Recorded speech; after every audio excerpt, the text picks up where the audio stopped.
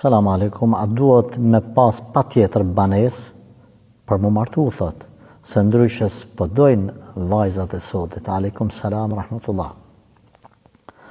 Pejgamberi alayhi salatu wassalam e ka përmend kushtin që nëse mrihet ky kusht, zguxon asnjë sebeb tjetër, asnjë kusht tjetër me u vënë para këtij kushti ose para këtyre dy kushteve. Thot Rasulullah sallallahu alaihi wasallam, kur t'ju vjen dikush me fen dhe moralin e të cilit jeni të kënaqur, martojeni, mos e refuzoni. Nëse nuk e bëni këtë gjë, do të përhapet fesadi, telashet, problemet në fytyrë tokës, që janë përhapur në kohën tonë. Çdo ditë kemi raste kur vjen djem edhe vajza të reja nga më të ndryshmet, moshat 27 vjet, 30, 35, 40. Edhe këshillohen hoxh, mos kam magji. Pse be, çao bë? Kam vetë pa martu. Atë kanë me të lyp, vallahi plot. Ai ka refuzu, po vallahi kam refuzu. Arre tash. Arre. Allahu xhaleshanu ka tregu bile prej sebepeve ulemat, sebepeve të fortë që kanë thënë që Allah me shtu pasunin, është një djalë i ri i cili s'ka shumë pasuni, megjithatë martohet. Edhe një vajzë e cila pranon mu martu me një djalë.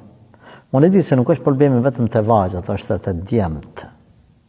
Të do djemë dembela rrugaça musliman, edhe me mjekra që i rajnë vajzat. Ku sot e pata një pyetje që i ka premtu e 10.000 euro, edhe ka marrë nga majtë vajzën e huj, e ka rajnë po shtenalt me mujtë të tërë, e ka martu. Në fund e ka gjujt, e ka lëshu. As i ka dhonë atë meher as kur gja. Idiot lëku ndodhë si për mashkullit, si për femnës.